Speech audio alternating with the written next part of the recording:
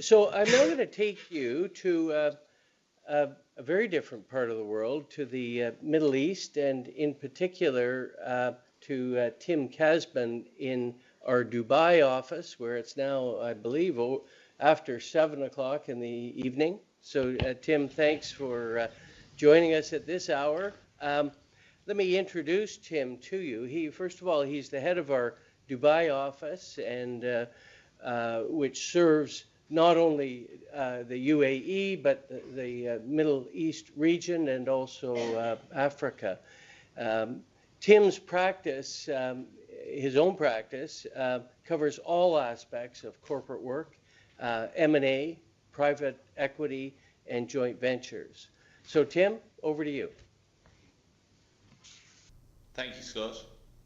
My home slides changed, Scott.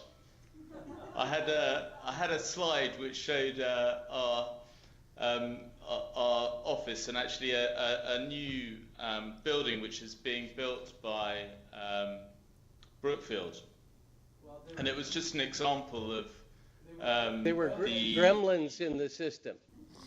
Yeah. That's true. Anyway, so the slide I was going to talk about, and I'll talk about it anyway because it's a very significant investment by Brookfield in the UAE. It's a joint venture between Brookfield and Investment Corporation of Dubai, and it's $1 billion real estate project, 50 stories, and a very significant investment. In fact, I also had that slide because I'd also had a caption of the view from my office, which directly looks down on the building site, which at the moment is about sort of a hole, goodness knows how deep. This slide has another picture on it of DP World joint venture, which was announced this week. That was with CDPQ. That's a 3.7 billion joint venture for sort of international ports business. Between DP World and Canadian Pension Fund. And as I say, that was just announced this week. So I think Canadian stock is riding high at the moment. I think, as Scott mentioned at the start of these presentations, I think Canada itself is viewed well. Canadians are viewed well. You clearly came out of the economic crisis, financial crisis, well, your banks managed to avoid a lot of the issues that a lot of the international banks had. And there's clearly an opportunity to take advantage of that. And frankly, your North American friends next door and some of Trump's rhetoric hasn't really helped the US cause here. So why would you look at doing business in Dubai? Dubai genuinely is an international hub. I came here 8 years ago, and I wouldn't have said that then. I was talking to somebody quite recently who came out here 25 years ago to fly for Emirates, and they had 7 planes at the time. He's now got some 350 planes. And he said he looked at a map to see where Dubai was, and he said it's just in the middle of nowhere. And he said what's incredible now is Dubai's in the middle of everywhere. And I think that's a really apt description of where Dubai finds itself in today's context and context worldwide. So this year it will become officially the largest airport by international passenger numbers. So it's projected 85 million passengers in 2016.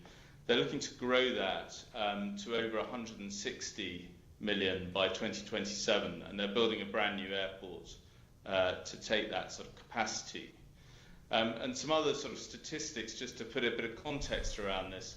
There are 10 daily flights to London, all A380s. There are 2 daily flights to Birmingham, 2 daily flights to Manchester, 1 to Newcastle, 1 to Glasgow. So that's an extraordinary number of flights just coming out of the UK, and it really has become this incredible hub internationally. The next part is as important because it is becoming a logistics and infrastructure hub. So the Jebel Ali port is the largest in the Middle East. It's expanding to 22.1 million containers by 2018, and that services over 140 ports worldwide. Dubai itself really benefited from the Arab Spring. When I first came out here in 2009, in the years coming up to that, we had talked about possibly opening in Bahrain to do something a bit different. That had a stronger nexus with Saudi. We thought that was a great market.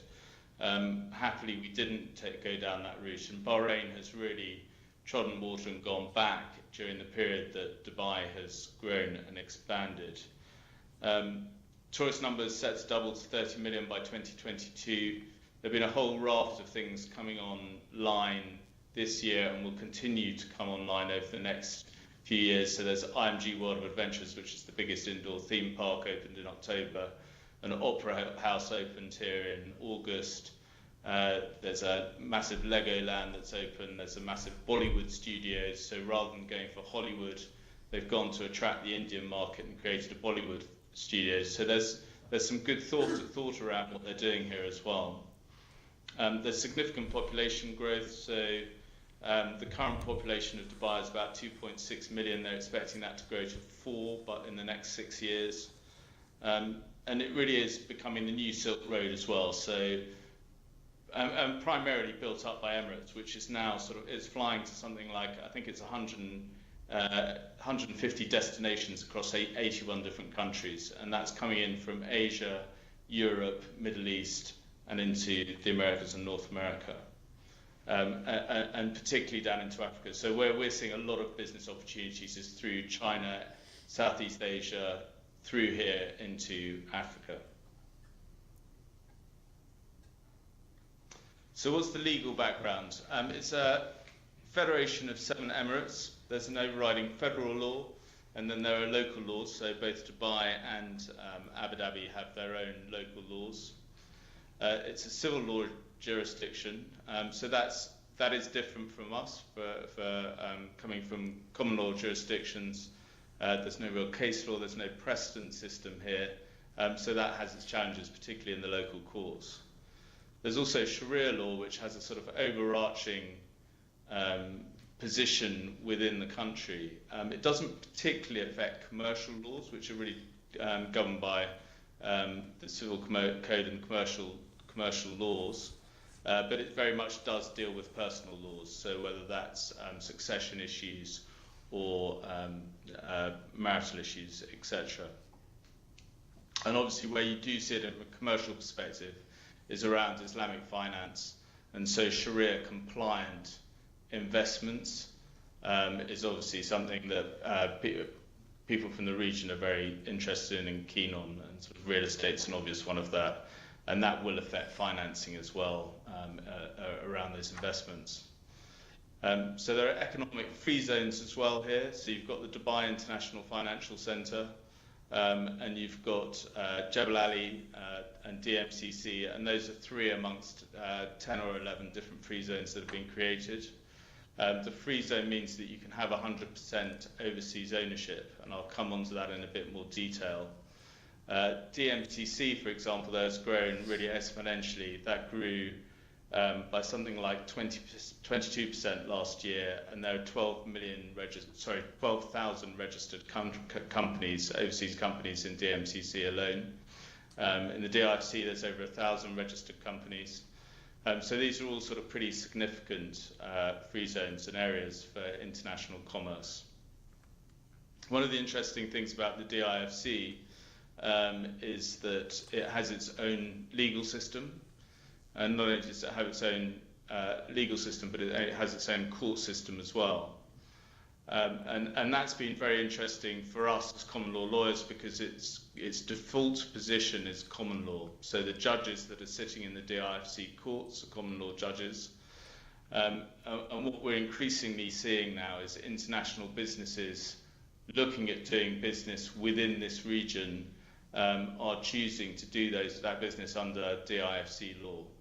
And that's great for us from a legal perspective. We understand that, and that works well internationally and avoids the need to go into the local courts other than for enforcement. And the great benefit of DIFC judgments is that they well, they should, and they normally are automatically enforced onshore. And that means otherwise the courts here do have the right to look at the merits of cases before enforcing, but they've got a provision which allows automatic enforcement from the DIFC. And our litigators are very excited at the moment because the DIFC is really pushing itself out there as saying it can be a conduit jurisdiction, so that if you get enforcement within the DIFC courts, then you should automatically be able to take that outside under various treaties around the GCC. So that's something that is a very hot topic. It's very recent, and the DIFC are pushing that very hard.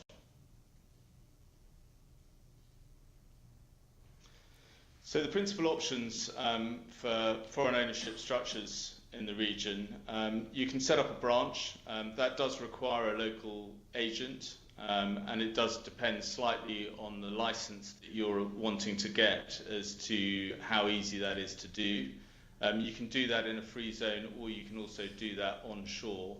If it's in a free zone, it won't require a local agent, but if you're onshore, which is anywhere other than a free zone, you will require a local agent. Obviously, the downside of a branch is, as you may be familiar with, is that there is a lack of protection from a limited liability perspective in the branch. And one of the issues here is that certainly in a number of sectors, construction industry particularly, if you want to establish a branch, you've got to have a demonstrable track record in the company that you're setting the branch up underneath. So you can't just have an SPV to try and protect your liability. So the alternative then is setting up in a free zone entity in one of the free zones. These can be 100% foreign owned, but they are limited on the activities, and the activities are limited to within the free zone that you're actually in. You can have a rep office which offers sales support, but generally you can only do business within that free zone. And then you have onshore corporates. They require a minimum 51% local ownership. That always sounds pretty scary if you're new to the jurisdiction, but that's been around for a long time, and the vast majority of international businesses here operate with a 51% local partner who sits there really as a silent partner. And there are arrangements in place around that, let's call it a joint venture, but around that joint venture where really for an annual fee, the local partner gives up all rights in respect of the management of the company and profits, etc.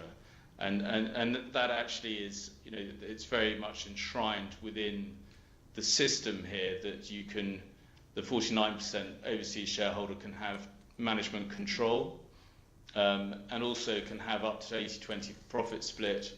And as I say, there tend to be arrangements which deal with the other 20% as well. There's a question around that last bit, around the last 20% and the legality of that, but that's generally accepted as what's happening. And the other thing here, and it's something that we do a lot, is working with a couple of businesses that are established here who provide that 51% local ownership as part of a business. And in fact, we acted for a client of ours in the summer that acquired the biggest of those, which has over 350 international clients that they provide that local partnership service for. As I mentioned, there are certain restrictions on some licenses and business activities, and the examples of those include lawyers and construction engineers, which require professional licenses, and there are quirks around obtaining those. So, commercial considerations to take account of. There's no distinction here between agency and distribution if you're distributing goods here, and you do need a local agent. So that means you have to distribute through either a UAE national or a corporate entity that's owned by UAE nationals. There are very protective commercial agency laws, and those come in effect for registered commercial agency agreements. So you really must take advice before you enter into any form of agency or distribution agreements, because they are incredibly protective. For example, well, we've had clients that have actually given up distributing here when they had over $10 million of distribution in value, and they just stopped because They just wanted to get out of the arrangements they had, and there was no other way of doing that. So you do have to be extremely careful. There are ways of avoiding the commercial agency laws, and basically, if it's a non-exclusive relationship, then that can't be registered. So that's one of the key ways of doing it. Obviously, your commercial agent distributor here is going to try and push for exclusivity, but you really do have to try and fight back on that, and there are very good commercial reasons why you'd want to do that. There are the odd exception where you actually do have to, it's compulsory that you have a registered commercial agent to sell goods, and that would be around defence, etc. IP protection, I guess similar to what Jamie said about China, really. I mean, registration is key here. Trademark registration, patent registration is very important. You can register copyright and designs here as well, and I think that is critical. One of the other things you've got to consider if you're bringing a brand into the region is registering a trademark in Arabic as well as English, because what you do find is people will register your trademark in the Arabic language, and then you've got a fight on your hands similar to the one that sort of Jamie was describing. I think one of the good things here is that the law is very much on the side of the registered holder. And that's also in the case of counterfeiting as well. So we've recently been doing work for a client here who, just trying to clean out some of the products that are in the market, the counterfeit products in the market. And we've had incredible success because it is a criminal offence. And I was talking to a colleague today who, within 3 days had got a letter back literally saying, we're so sorry, we'll remove everything from the store. And that's the sort of response that you do tend to get here, because it's a criminal offence. Businesses will be shut down, and there is a strong enforcement culture here. And if anybody's been to Karama, which is where they have all these fake handbags, you won't believe me when I tell you that, but it is actually true. One of the other key points if you're buying a business is that there's no automatic assignment of rights, so IP is personal and belongs to the individual. That is pretty challenging, and so you can't just have a generic assignment in an employment contract, for example. You've got to do it by sort of by each sort of project, really, and try and assign the rights attaching to each of those projects. So that's something that's very important to watch out for if you're looking at acquiring a business here. So other employment considerations to take account of, actually similar to what Jamie was saying, generally tribunals tend to be pretty employee friendly. Employee rights are quite underdeveloped. I guess examples would be, there's no minimum wage, maternity rights are 45 days fully paid with a very generous 10 days of unpaid, and that's it. So there are areas where it really, hasn't caught up with the sort of international norms and standards. But the labour law itself is pretty prescriptive. So it deals with summary dismissal, and it lists out for what reasons you can summary dismiss somebody. It talks about repatriation, etc., etc. So it's quite prescriptive, the labour law here. There's no real concept of unfair or wrongful dismissal. You do have to be careful in a similar way. I don't think it's as extreme as in China, but you do have to. It's quite challenging to dismiss employees here. And so you do have to watch that. There's something called arbitrary dismissal, but the downside is pretty limited, as it's 3 months. There's a cap on 3 months' pay, so it is quite limited. The concept of end of service gratuity is something that you should look out for if you're acquiring businesses, particularly with a significant number of employees. The end of service gratuity is 21 days pay for each year of service. And that goes up to 30 days pay after 5 years. So you can find yourself inheriting a pretty significant liability. And one of the challenges is, even if you're providing for that liability as you sort of move along, which you would do in normal cases and accounts, it's based on the final salary. So that's quite important, so that you could have been, if somebody's had significant salary increase in the last couple of years, you could have provided along the way, and suddenly you've got a much bigger liability at the end of the road. Tax, unfortunately, as I sit here, there's no income tax. That's obviously terrible, but it's a hardship posting, so you should be aware of that, and that's why there's no income tax. For you, the good news is there's no corporate tax. There are exceptions, branches of foreign banks, oil and gas, petchem companies, etc., but there are very few exceptions. There are discussions at the moment about bringing in corporate tax, but I think that seems to have been pushed out a little bit. The focus at the moment is introducing value-added tax. That's coming in at a rate of 5% from 1st of January 2018. We still haven't seen any detailed regulations or information around that. And I do think that's going to be sort of a focus over the next 12 months. But obviously that's a pretty big change for anybody doing business here. So how did the government actually raise any money at all, you might ask? Well, there are import taxes, there are municipal taxes on hotels, restaurants, etc. They also have a number of road tolls here, and actually living here, you're constantly paying government fees for renewals of visas, etc., etc. So there are a number of ways that they do sort of raise taxes, and you shouldn't.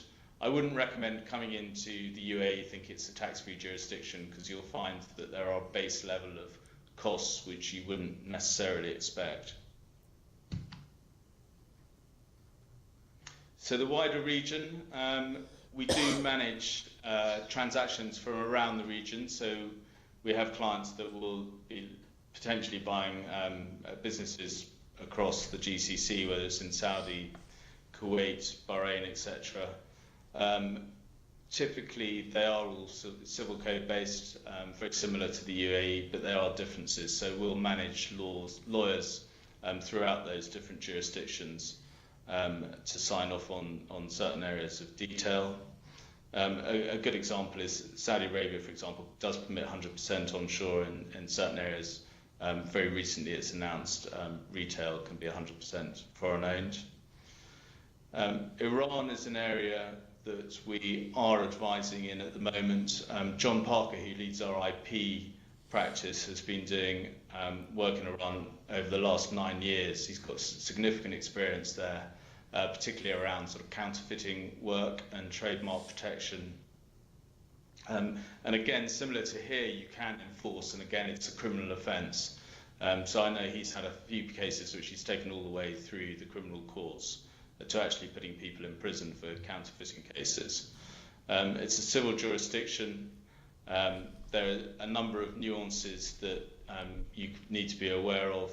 If you sign agreements outside of Iran, you can actually sign them under different laws. So you could have an arbitration clause, for example, between the international party and the Iranian party if the document signed outside of Iran.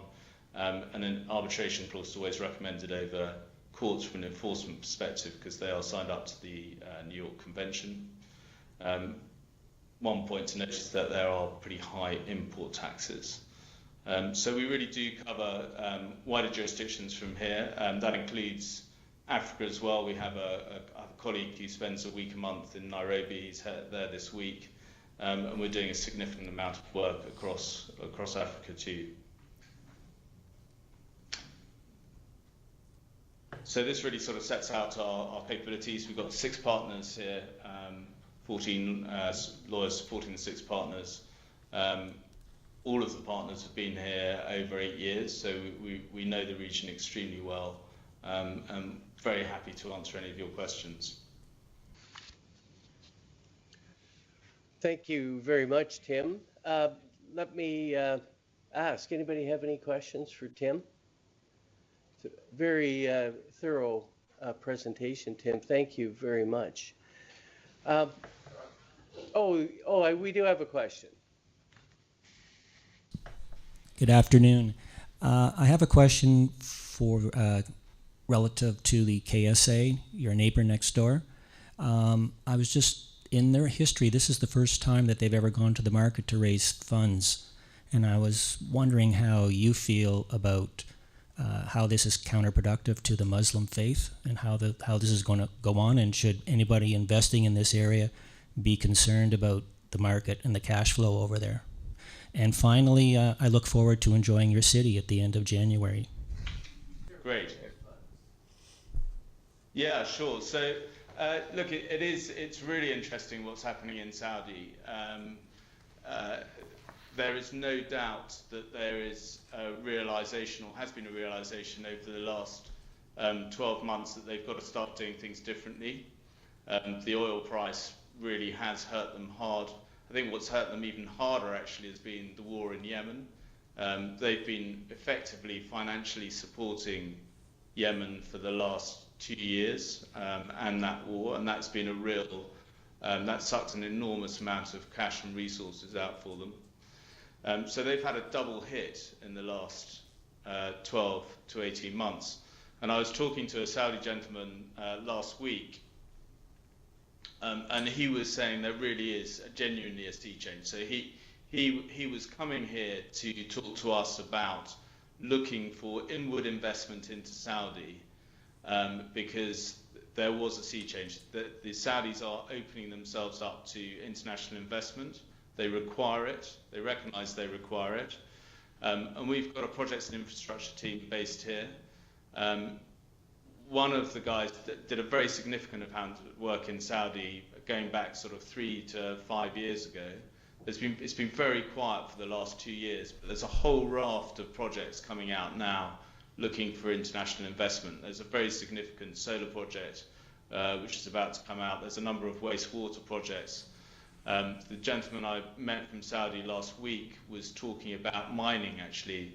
There's something like, I can't remember what the statistic was, but I think it was 900, so they are producing about $900 million of minerals a year at the moment, and in 5 years' time they want to increase that to 10 billion, which sounds optimistic, but I think the point he was making is that they've focused on oil and gas and haven't focused on the minerals, and there's significant gold, bauxite and phosphate in Saudi. So there are a number of opportunities across Saudi.